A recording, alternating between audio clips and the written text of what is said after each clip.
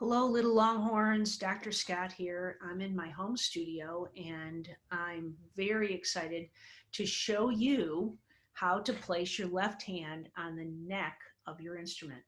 Before we get started, I want you to make sure that you can go find a marker or a pen with which to write on your hand.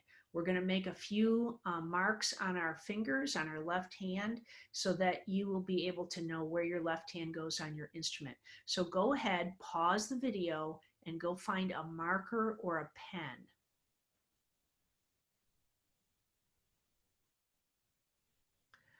I'm going to assume that you turn the video off and you're back now with your marker or your pen, and I'm going to show you where to put those marks on your hand. The first place is this base knuckle of your first finger. If you can see where I'm putting this mark, I'm going around the edge so you can really see the bottom of that first finger. And then the next thing we're going to do is we're going to put some numbers on our thumb. The first is right on the pad of the thumb. I put a number 1, so go ahead and make your 1 on the pad of your thumb. The next is the second part of the thumb where I put a number 2. So go ahead and take your pen and make a number 2 on that part of your thumb. The next part down here, I put a number 3. So take your pen and make the number 3. Sometimes I call this the drumstick part of your hand. So go ahead and put the 3 on there. So you've got a line here and you've got the numbers 1, 2, and 3. All right, we're ready to get started. So if you have a violin, that's great. If you don't, you could use a pen for this. You can just hold a pen up and pretend that the pen is the violin. You could use a ruler if you have a ruler at home, or a paint stick would work.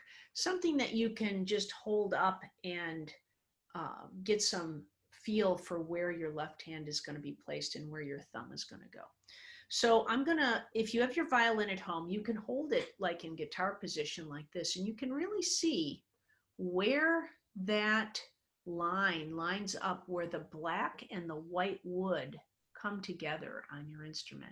So I'm just putting it right there, okay? I'm just gently tapping my fingers on the fingerboard. You can put down all 4 fingers if you want to, and then just gently tap your thumb. You can see my thumb just tapping on the neck of the instrument. And the most important part about this is that I am only touching the part of my thumb that has the 1 on it. So I've got my fingers tapping on the fingerboard. I'm tapping my thumb on the neck of the instrument. Let's see what it looks like from this angle. From this angle, you can see that I'm only touching the number 1 part of my thumb.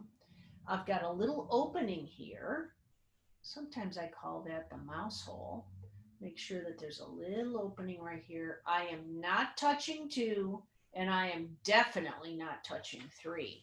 This is what it looks like when you have violated. If you touch the 2 part of your thumb, that's not good. And if you touch the 3 part, it's really not good.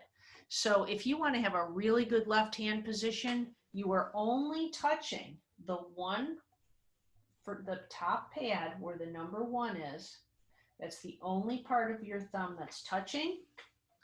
Your fingers are gently touching the fingerboard right now. You can kind of wiggle them around.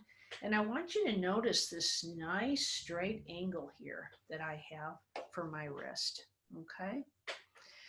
If you think about that little opening and how important it is, like I said, sometimes I call it the mouse hole.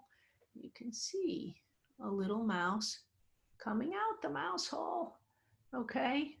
So I like to leave that little opening, that little mouse hole opening for a little pretend mouse. You may have a little mouse at your house. You could draw a mouse on a piece of paper and pretend that that mouse is going through the mouse hole, but you really want to make sure that the mouse hole is open, okay?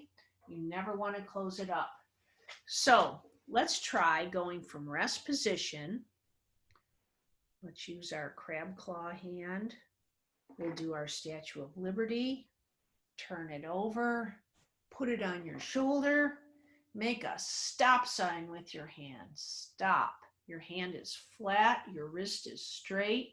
You can see the line in your finger, and you're lining it up with the neck. Gently placing the fingers and tapping the thumb.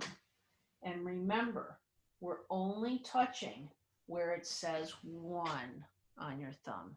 Never 2, never 3. Okay?